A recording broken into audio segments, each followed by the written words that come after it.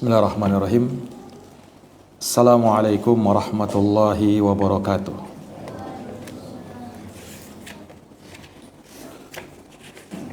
Alhamdulillah. Alhamdulillahi rabbil alamin.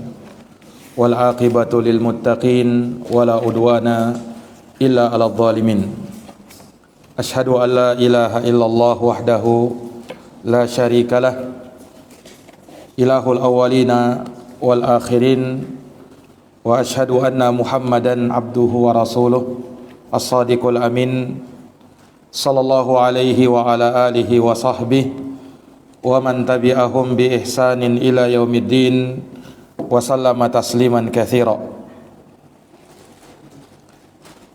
Subhanaka la ilma lana illa ma 'allamtana innaka antal alimul hakim. Allahumma la sahla illa ma ja'altahu sahla wa anta taj'alul hazna idza syi'ta sahla. Amma ba'd, ikhwani fid din wa akhwati fillah, a'azzani Allah wa iyyakum. Alhamdulillah, pada malam hari ini dengan taufik dari Allah Subhanahu wa taala kembali kita dapat melanjutkan pembahasan dari Kitab Al-Kabair karya Al-Imam Abdul Ghani, karya Al-Imam Az-Zahabi rahimahullahu ta'ala. Dan kita akan masuk pada Al-Kabiratul Thaminah, dosa besar yang ke-8, yaitu terkait dengan memakan harta anak yatim. Di buku terjemahannya bisa dilihat di halaman 33. Dosa besar yang ke-8 yaitu memakan harta anak yatim secara zalim. Iya. Apa itu anak yatim?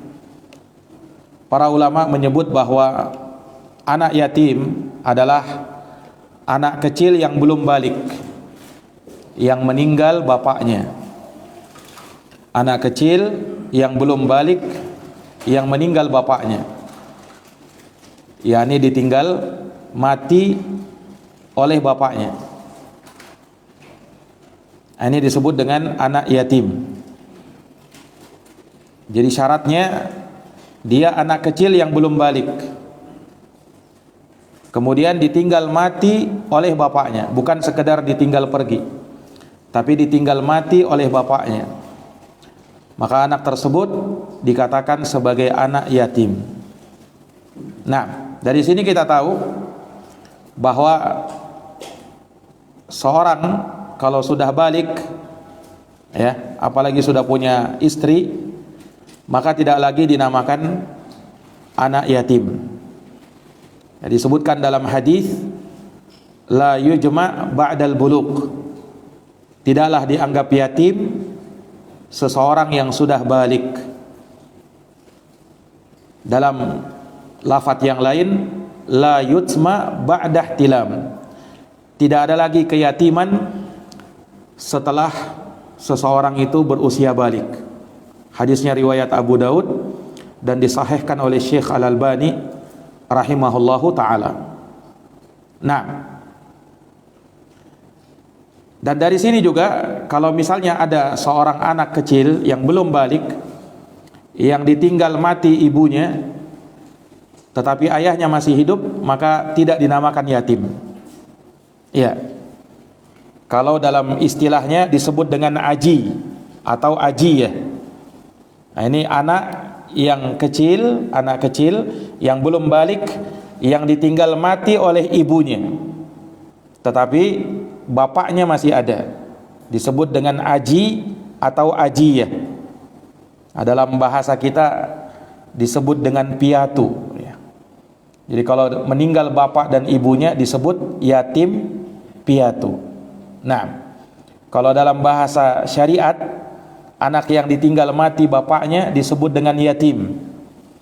Kalau ditinggal mati ibunya disebut dengan aji atau ajiyah. Nah, dan orang anak yang piatu tidak sama dengan anak yatim, ya. yang disebut dengan di dalam syariat perintah untuk merahmatinya, menyantuninya, itu adalah anak yatim, bukan anak piatu.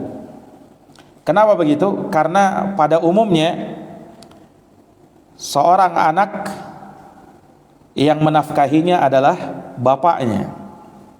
Nah, bahkan walaupun anak tersebut misalnya sudah berpisah antara kedua orang tuanya, sang anak tetap dinafkahi oleh bapaknya, bukan oleh ibunya. Nah, sehingga nafkahnya masih tetap berjalan selama bapaknya masih hidup. Ya, berbeda dengan kalau bapaknya sudah meninggal atau ibunya meninggal, bapaknya masih ada. Ya, maka dia tidak disebut dengan anak yatim. Nah, ini para hadirin yang dirahmati oleh Allah Subhanahu wa taala. Demikian pula kata para ulama, anak zina itu tidak dinamakan sebagai anak yatim. Ya, walaupun dari tahu bapaknya, ya, karena dia anak zina, naam, tetapi dalam istilah syariat dia tidak disebut dengan anak yatim. Atau anak gelandangan atau anak terlantar misalnya. Ada anak-anak terlantar, dari tahu mana bapaknya, mana ibunya, tapi masih ada sebenarnya, cuman dari tahu lagi. Itu juga bukan dinamakan anak yatim. Nah, anak yatim adalah anak yang ditahu persis bapaknya telah meninggal dunia, maka disebut anak yatim. Nah, jadi pembahasan kita di sini terkait dengan dosa besar, ya, di dalam memakan hartanya anak yatim dengan definisi yang tadi kita sebutkan. Iya, Rasulullah sallallahu alaihi wasallam di dalam hadis yang diriwayatkan oleh Imam Ibnu Majah, beliau merasa berat dengan terzaliminya hak anak yatim. Kata Nabi sallallahu alaihi wasallam, Allahumma inni uharriju haqqad dha'ifaini al-yatim wal mar'ah. Kata Nabi, ya Allah, sesungguhnya aku merasa berat terhadap hak dua orang yang lemah, yaitu anak yatim dan wanita. Kata baginda Nabi sallallahu alaihi wasallam. Jadi anak yatim Nabi kategorikan sebagai ad-dhaif, yakni orang yang lemah, ya, yang patut untuk diberikan belas kasihan. Nah, ini ikhwani fiddin a'azani Allah wa iyyakum.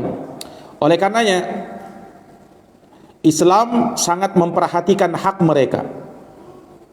Allah Subhanahu wa taala menyebutkan di dalam sejumlah ayatnya, demikian pula Rasulullah sallallahu alaihi wasallam dalam sejumlah hadisnya tentang haknya anak yatim. Bahkan lebih didahulukan, ya, daripada haknya orang-orang miskin. Anak yatim lebih didahulukan, baru setelahnya orang-orang miskin. Ini menunjukkan perhatian besar syariat kita terhadap haknya mereka. Iya. Kalaulah kita di dalam agama ini dianjurkan untuk menyantuni orang-orang miskin, maka anak yatim harus lebih lagi. Dan ini sesuai di dalam Al-Quran di surat An-Nisa ayat 36. Allah Subhanahu wa taala berfirman, wa'budullaha wa la tusyriku bihi syai'a wa bil walidaini ihsana wa bidil qurba wal yatama wal masakin wa bil walidaini ihsana wa bidil qurba wal yatama wal masakin. Kata Allah Subhanahu wa taala, sembahlah Allah dan jangan menyekutukannya dengan sesuatu apapun. Perintah untuk bertauhid. Kemudian wabil walidaini ihsana, dan berbaktilah kepada kedua orang tuamu. Setelah haknya Allah disebut hak kedua orang tua. Wabidil qurba, kemudian kepada karib kerabatmu, keluarga. Wal yatama, nah, setelah karib kerabat disebut anak yatim. Wal masakin, baru setelahnya orang-orang miskin. baru setelahnya orang-orang miskin. Nah, ini dalam ayat jelas menunjukkan bahwa Allah Subhanahu wa taala lebih mendahulukan haknya anak yatim daripada orang miskin. Allah lebih mendahulukan haknya anak yatim daripada orang miskin. Nah, makanya di dalam agama kita disebutkan pahala yang besar terhadap orang yang mengasihani anak yatim, bahkan merawat mereka, membesarkan mereka, menafkahi mereka. Ini ada pahala yang besar yang disebutkan di dalam agama kita. Allah Subhanahu wa taala di dalam Al-Qur'an memuji al-abrar, yakni orang-orang yang sangat baik kepada Allah Subhanahu wa taala dan kepada sesama manusia. Allah Subhanahu wa taala sebutkan salah satu sifatnya mereka di dalam Al-Qur'an di surat Al-Insan ayat yang ke-8. Allah berfirman, wa yut'imuna at-ta'ama ala hubbihi miskinan wa yatiman wa asira. Kata Allah Subhanahu wa taala, dan mereka memberikan makanan yang disukainya kepada siapa? Kepada orang miskin, anak yatim, dan orang-orang yang ditawan. Orang-orang yang ditawan. Ini ikhwani fiddin a'azzani Allah wa iyyakum. Dan sebaliknya, Allah Subhanahu wa taala mencela orang-orang yang tidak memperdulikan anak yatim. Disebut di dalam Quran di surat Al-Fajr ayat 17 sampai 18. Kalla bal tukrimuna al-yatim wala tahadduna ala ta'amil miskin. Kata Allah Subhanahu wa taala, sekali-kali tidak demikian. Sebenarnya kamu tidak memuliakan anak yatim dan kamu tidak menganjurkan untuk memberi makan orang-orang miskin. Jadi Allah Subhanahu wa taala sanggah mereka di dalam ayat ini dikarenakan mereka mendolimi dua hak orang yang lemah, haknya anak yatim dan haknya orang-orang miskin. Nah, kemudian Allah Subhanahu wa taala juga melarang untuk merendahkan, menghinakan anak yatim, berbuat jelek kepada mereka atau keras kepada mereka. Ya, ini hukumnya haram. Ikhwani fiddin a'azzani Allah wa iyyakum. Ya, disebutkan di dalam Al-Qur'an di surat Ad-Duha ayat yang ke-9. Allah berfirman, fa ammal yatima fala taqhar. Adapun terhadap anak yatim, maka jangan kau sewenang-wenang kepadanya. Yani jangan kau sakiti dia. Jangan kau sakiti dia. Nah, di surat Al-Ma'un Allah juga menjelaskan bahwa orang yang menyakiti anak yatim, berbuat jelek kepada mereka, ini disebutkan sebagai sifatnya orang-orang yang mendustakan hari pembalasan. Dalam surat Al-Ma'un Allah menyatakan, ara'aital ladzi yukadzibu bid-din. Tahukah kamu orang yang mendustakan hari pembalasan itu? Siapa mereka? Diterangkan di ayat setelahnya, fadzalikal ladzi yadhu'ul yatim. Nah, mereka itulah orang yang suka menghardik anak yatim. Mereka yang suka menghardik anak yatim. Gak boleh anak yatim dihardik, gak boleh. Nah, sekalipun misalnya nampak ya dari sebagian anak tersebut mungkin ada kejelekan pada akhlaknya misalnya, tetapi kita harus bersabar, ini anak yatim. Ya, kita didik mereka. Adapun menghardik mereka, berbuat zalim, sewenang-wenang kepada mereka, ini tidak boleh. Ikhwani fiddin a'azzani Allahu wa iyyakum. Nah, kenapa syariat kita memberikan perhatian besar kepada anak yatim? Ya, dikarenakan Nabi kita Muhammad sallallahu alaihi wasallam juga terlahir sebagai anak yatim. Bahkan Nabi itu berada pada puncak keyatiman. Kenapa? Karena Nabi lahir, bapaknya sudah meninggal. Jadi Nabi itu yatimnya dari semenjak dalam kandungan. Karena bapaknya Nabi Abdullah itu meninggal dan Nabi masih dalam kandungan ibunya. Jadi Nabi sudah yatim dari semenjak Nabi dalam kandungan. Nah, ini kata para ulama berada pada puncak keyatiman. Dalam Quran dikatakan apa? Alam yajidka yatiman, terus fa'awa.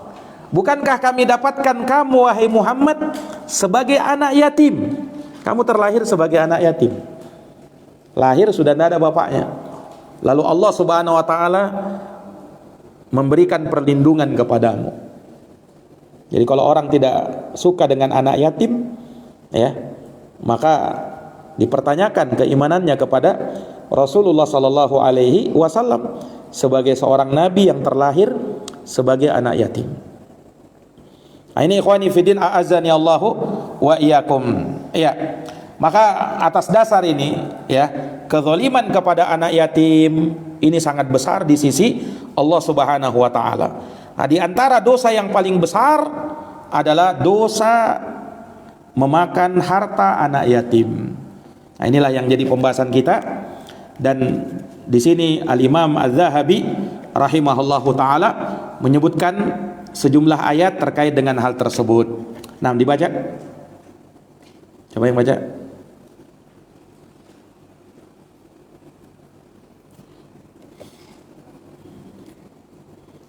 Di halaman 33.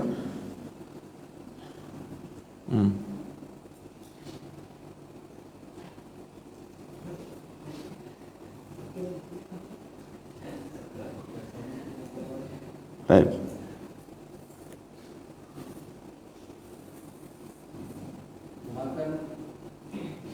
Makan harta yatim.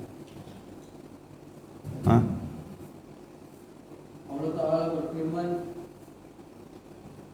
innal ladzina ya'kuluna amwalal yatama zulman innama ya'kuluna fi butunihim nar wa sayaslawna sa'ira. Dah nyala nunya.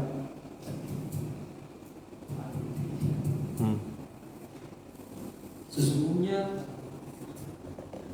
orang-orang yang memakan harta anak yatim secara zalim, sebenarnya mereka itu menelan api sepenuh perutnya, dan mereka akan masuk ke dalam api neraka yang menyala-nyala. Taib, surat An-Nisa ayat yang ke-10. Ini ancaman yang sangat besar kepada orang yang memakan harta anak yatim. Diancam dengan neraka yang menyala-nyala. Innal ladzina ya'kuluna amwalal yatama. Sesungguhnya orang-orang yang memakan harta anak yatim zulman, secara zalim, innama ya'kuluna fi butunihim nara. Sesungguhnya mereka telah menelan ke dalam perut mereka api neraka. Wa sayaslawna sa'ira, dan kelak mereka akan masuk ke dalam neraka yang menyala-nyala. Nah, ini ancaman yang sangat keras terhadap orang-orang yang memakan harta anak yatim. Ya. Dia makan secara zalim. Nah, ini bukan mengasihani anak yatim, bukan menyantuni anak yatim, justru dia mengambil hartanya anak yatim. Ini sudah sangat bertentangan. Syariat menyuruh kita menyantuni anak yatim, ya. Kalau kita tidak mampu, ya minimal jangan ambil harta mereka. Ini sudah tidak memberi, ya, tapi justru dia ngambil, mencuri hartanya anak yatim, wal iyadu billah. Ya, oleh karenanya kepada orang-orang yang merawat, mengasuh anak yatim, hendaknya memperhatikan perkara ini. Ya, hendaknya memperhatikan perkara ini. Ketika ada orang-orang yang mengasuh anak yatim, kemudian anak yatim ini disantuni oleh orang-orang, maka tugasnya dia, orang-orang yang merawat anak yatim misalnya, ya, dia menyalurkan harta mereka tersebut, hartanya anak yatim, ya kepada mereka, diberikan kepada mereka, bukan malah dimakan. Nah, sebagian orang yang tidak bertakwa kepada Allah justru menjadikan anak yatim ini sebagai alatnya untuk mencari uang, ya, sengaja dia kumpulkan anak yatim. Nah, nanti dia iklankan, orang-orang pun datang, orang-orang suka menyantuni anak yatim. Tetapi apa? Ya, dia juga ikut mengambil di situ. Bahkan apa? Yang dia berikan kepada anak yatim sedikit, yang dia makan yang banyak. Nah, maka diancam dengan ayat ini. Ayat ini ancaman keras. Orang-orang yang memakan hartanya anak yatim dengan zalim, maka mereka itu telah menelan ke dalam perut mereka api, dan mereka kelak akan masuk ke dalam neraka yang menyala-nyala. Wal iyadu billah. Nah, ini ikhwani fiddin a'azani Allah wa iyyakum. Ya, makanya terkait dengan orang-orang yang merawat anak yatim, ya, maka di satu sisi mereka ini mendapatkan pahala, tapi di sisi lain mereka harus berhati-hati. Jangan sampai mereka justru mendolimi anak yatim, ya, justru mengambil haknya anak yatim. Nah, kalau mereka bertakwa, ya, mereka merawat, mengasuh anak yatim, memperhatikan haknya mereka, memberikan apa yang menjadi haknya mereka, maka mereka ini orang yang sangat utama. Ya, bahkan disebut di dalam hadis bahwa mereka ini adalah orang-orang yang akan dekat dengan Rasulullah sallallahu alaihi wasallam nanti pada hari kiamat. Mereka adalah orang-orang yang sangat dekat dengan Nabi SAW nanti pada hari kiamat. Ya, kata Nabi SAW, ana wa kafilul yatim kahataini fil jannah hakada. Saya, kata Nabi, dengan orang yang mengasuh anak yatim di dalam surga itu seperti ini. Nabi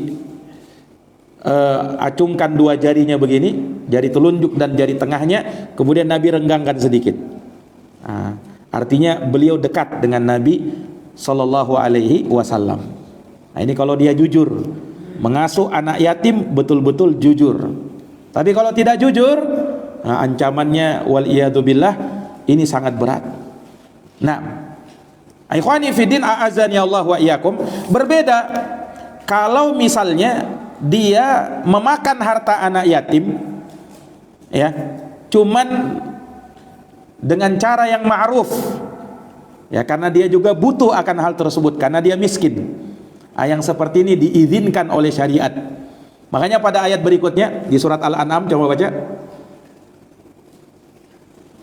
Wala taqrabu malal yatimi illa billati hiya ahsanu hatta yablugha ashuddah wa awful kaila wal mizan bil qist la nukallifu nafsan illa wus'aha wa idza qultum fa'dilu walau kana dza qurba wa bi ahdillahi awfu dzalikum wassaqum bihi la'allakum tadhakkarun. Dan janganlah kamu mendekati harta anak yatim kecuali dengan cara yang lebih bermanfaat hingga sampai ia dewasa, dan sempurnakanlah takaran dan timbangan dengan adil. Kami tidak memikulkan beban kepada seseorang melainkan sekedar kesanggupannya. Dan apabila kamu berkata, maka hendaklah kamu berlaku adil, kendati pun dia adalah kerabatmu. Dan penuhilah janji Allah yang demikian itu diperintahkan Allah kepadamu agar kamu ingat. Al-An'am 152. Baik. Ayat ini menjelaskan bahwa kalau seseorang itu, ya, mengambil harta anak yatim dengan cara yang ma'ruf, maka itu diizinkan oleh syariat. Dan ini bagi orang yang misalnya merawat anak yatim, ya, jadi dia punya anak-anak yatim, dia asuh di rumahnya atau di suatu tempat yang memang dia simpan di situ anak yatim, ya. Kemudian ada orang-orang yang menyantuni anak yatim, ya, maka syariat mengizinkan kalau dia miskin boleh mengambil, cuman mengambil seperlunya. Yani ikut makan bersama anak yatim boleh, dari apa namanya, santunan anak yatim. Ini diterangkan dalam ayat ini tadi, ya. Jadi jangan dekati hartanya anak yatim illa billati hiya ahsan, kecuali dengan cara yang lebih baik. yakni kalau caramu baik mendekati hartanya anak yatim, kau makan hartanya anak yatim dengan cara yang baik, maka itu dibolehkan. Tapi itu sekadarnya, tidak berlebih-lebihan. Tidak berlebih-lebihan. Nah, di ayat yang lain Allah terangkan, "Faman kana ghaniyan falyasta'fif, wa man kana faqiran falyakul bil ma'ruf." Nah, barang siapa, yakni orang yang mengasuh anak yatim ini, kalau dia mampu, dia kaya, falyasta'fif, maka dia jangan dekati harta anak yatim, jangan dia makan, tidak boleh sama sekali dia makan. Kenapa? Dia mampu, dia kaya, maka tidak boleh dia ikut sama anak yatim. Dia tugasnya cuma apa? Merawat, ya. Ada santunan anak yatim dia kelola, ya, dia simpan, nanti untuk anak yatim kalau sudah dia dewasa nanti dia berikan. Ini kalau dia mampu, dia kaya, falyasta'fif, kata Allah, hendaknya dia menahan diri, jangan dekati harta anak yatim. Wa man kana faqiran, tapi kalau dia fakir, yakni orang yang mengasuh anak yatim ini dia miskin ternyata, falyakul bil ma'ruf. Kata Allah, boleh kau makan bersama anak yatim, tetapi dengan cara yang patut, tidak boleh berlebih-lebihan. Tidak boleh hartanya anak yatim dia pakai untuk berfoya-foya, untuk liburan kemana-mana, atau beli barang ini, beli barang itu, tidak boleh. Hanya di keperluan untuk anak yatim saja.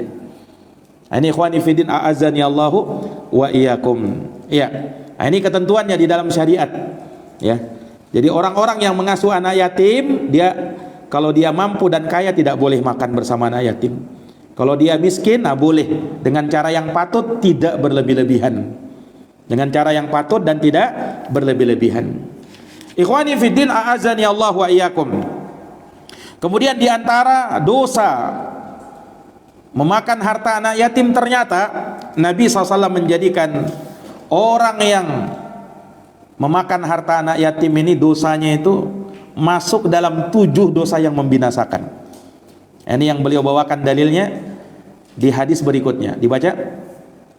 Dan Nabi SAW bersabda, "Ijtanibus sab'al mubiqat, fazakara minha aklu malil yatim." Jauhilah 7 dosa yang membinasakan. Lalu beliau menyebutkan diantaranya adalah dan makan harta anak yatim. Coba. Jadi ijtanibu as-sab'al mubiqat, jauhilah oleh kalian 7 dosa yang membinasakan. Ini sudah berlalu. Jadi Nabi SAW sebutkan 7 dosa yang membinasakan itu, mulai dari dosa syirik, kemudian dosa sihir, asyirku billah was sihir, wa qatlun nafs allati harramallahu illa bil haqq, kemudian membunuh jiwa yang diharamkan oleh Allah Subhanahu wa taala kecuali dengan cara yang benar. Wa aklur riba, kemudian makan harta riba. Wa aklu malil yatim, baru setelahnya makan harta anak yatim. Makan harta anak yatim disebutkan sebagai dalam deretan dosa-dosa al-mubiqat. Ini dosa-dosa al-mubiqat ini bukan sekedar dosa besar, ya, tapi dosanya dosa yang menghancurkan, membinasakan, ya. Ini menunjukkan bahwa dosa memakan harta anak yatim ini sangat besar. Nah, karena tergolong ke dalam 7 dosa yang sangat menghancurkan. Nah, makanya ini peringatan, ya, bagi orang-orang yang menjadi wali terhadap anak-anak yatim. Makanya dibaca pada kalimat berikutnya, apa kata Imam Az-Zahabi? Dan setiap wali yang miskin dari seorang anak yatim yang makan dengan cara yang baik dari harta anak yatim tersebut, maka tidak apa-apa atasnya.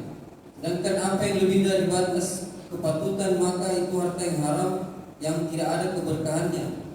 Dan kepatutan yang dimaksud adalah sebagaimana yang dikenal dalam adat tata krama di tengah masyarakat mukmin yang tidak disertai dengan tujuan-tujuan yang keji. Ini yang tadi kita terangkan, ya. Ketika dia merawat anak yatim, maka dia boleh memakan hartanya mereka, tetapi dengan cara yang ma'ruf, tanpa berlebih-lebihan. Kapan dia berlebih-lebihan, maka di situ dosa besar.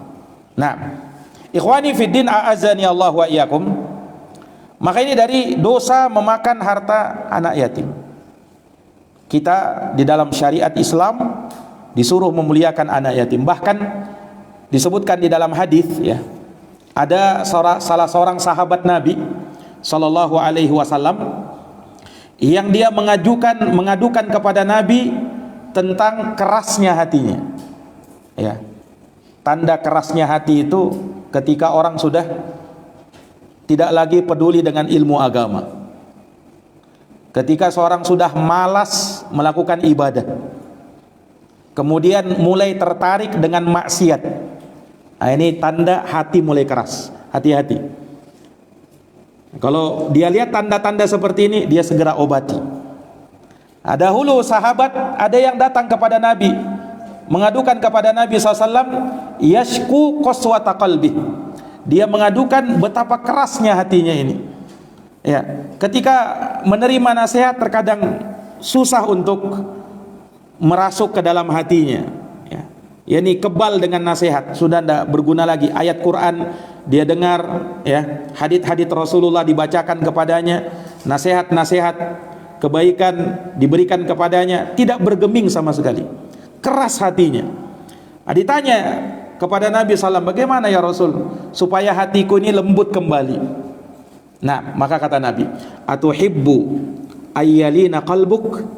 Apakah kau ingin supaya hatimu lebih lembut lagi? Wa tudriku hajatak, dan kau akan mendapatkan segala hajat keperluanmu? Kata orang ini, tentu ya Rasul. Apa itu yang bisa melembutkan hati dan bisa, ya, mewujudkan segala hajat dan keperluanku? Kata Nabi, irhamil yatim, sayangilah anak yatim, wamsah ra'sahu, kemudian kalau kau dapat anak yatim, usap kepalanya. Nah, ini ada syariat, ya. Kalau ada anak yatim, usap kepalanya. Diusap betulan kepalanya. Ya. Itu perintah Nabi SAW. Wamsah ra'sahu, kata Nabi, usaplah kepalanya anak yatim. Kalau ketemu anak yatim, kasih begitu. Nah, wa at'imhu min ta'amik, kalau kau bisa beri makanan kepadanya, kau beri makanan kepadanya. Kata Nabi, iyalin qalbuka, niscaya hatimu akan lembut, wa tudrik hajatak, dan kau akan dapatkan segala hajat dan keperluanmu. Ini hadis sahih atau hasan li ghairih, diriwayatkan oleh Imamul Baihaqi rahimahullahu taala.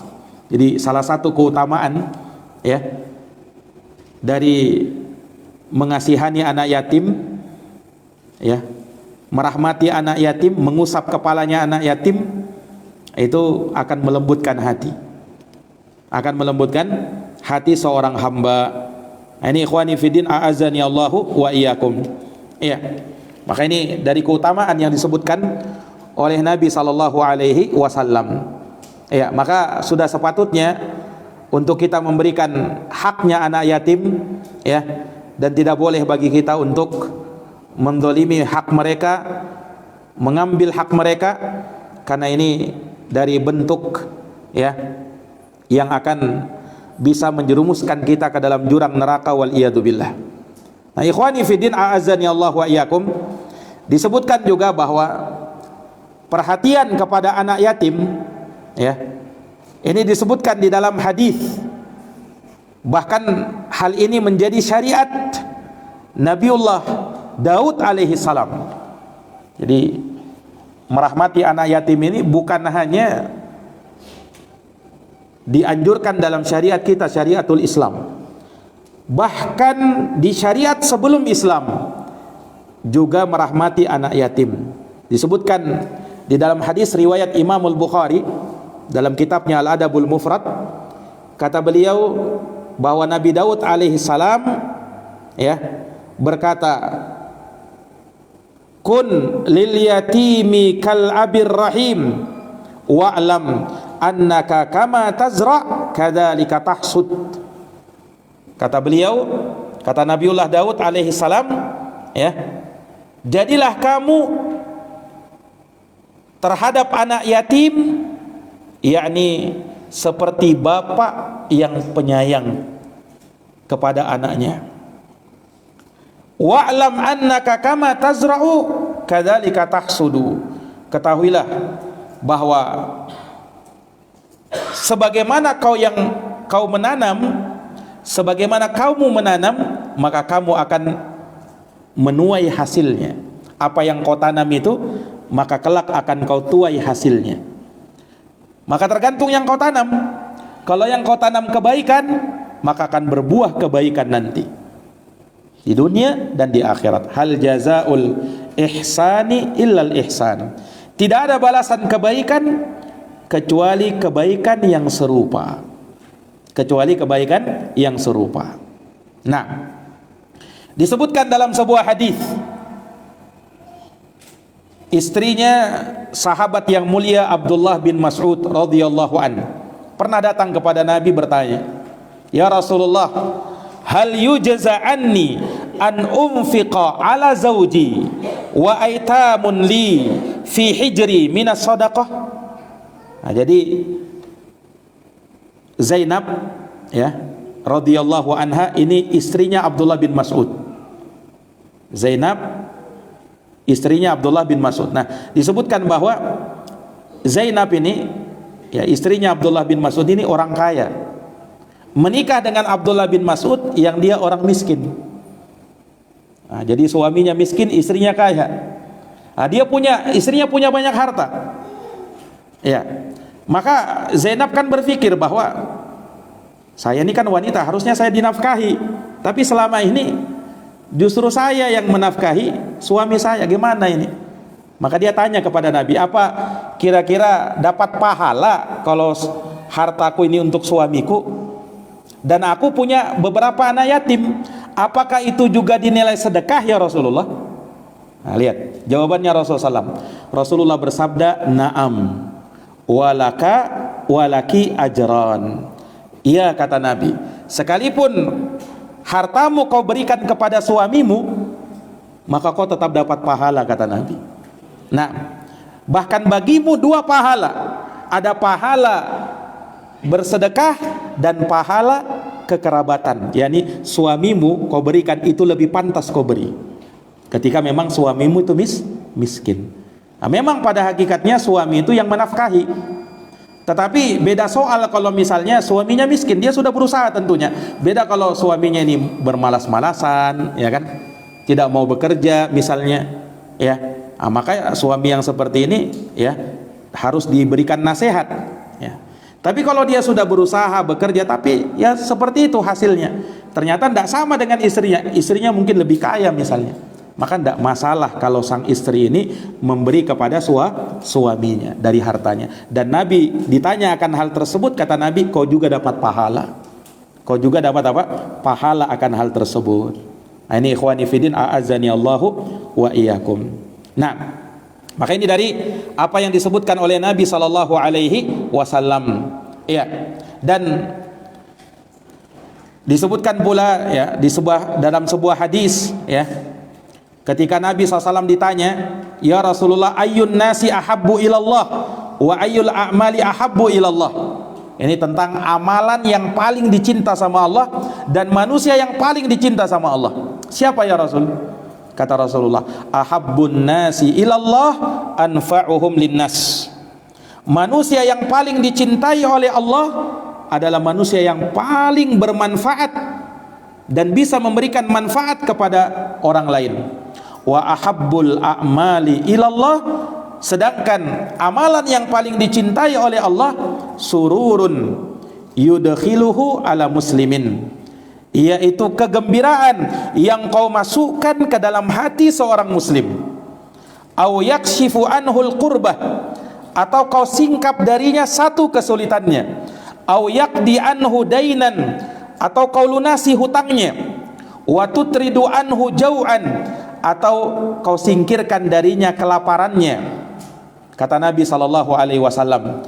Kemudian kata beliau, la an amshiya ma'a akhin fi hajatin ahabbu ilayya min an a'takifa fi hadal masjidi syahra. Dan sungguh kata Nabi, aku berjalan bersama saudaraku karena dia punya hajat yang aku ingin bantu dia, itu lebih aku cintai daripada i'tikaf di masjidku ini, Masjid Nabawi, selama sebulan. Ini ikhwani fiddin. Ya, menunjukkan bahwasanya ibadah itu memang ada dua ya. Ibadah itu ada dua. Ada namanya ibadatun mahdhah, ibadah untuk diri sendiri. Apa itu ibadah untuk diri sendiri? Ya sholat, puasa, haji. Itu untuk diri sendiri. Ini mulia ibadah ini. Tapi ada ibadah yang lebih mulia lagi, yaitu ibadah ghairu mahdhah. Bahasa bebasnya ibadah sosial. Ibadah apa? Ibadah sosial yang kemanfaatannya bukan hanya untuk dirinya tapi untuk orang lain.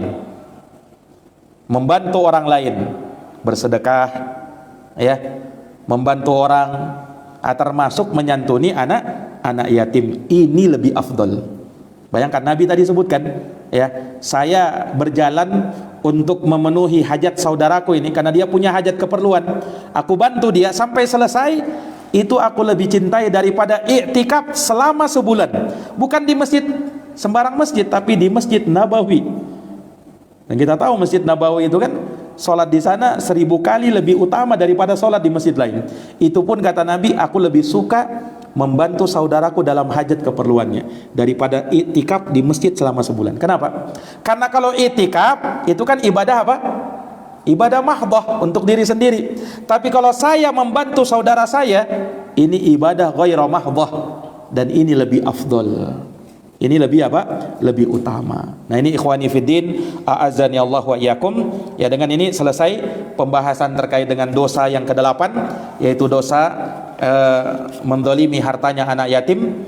Insyaallah taala pada pertemuan yang akan datang kita akan masuk pada dosa yang besar yang ke-9, yaitu dosa dusta atas nama Nabi sallallahu alaihi wasallam. Insyaallah akan kita bahas di pertemuan yang akan datang biidznillah.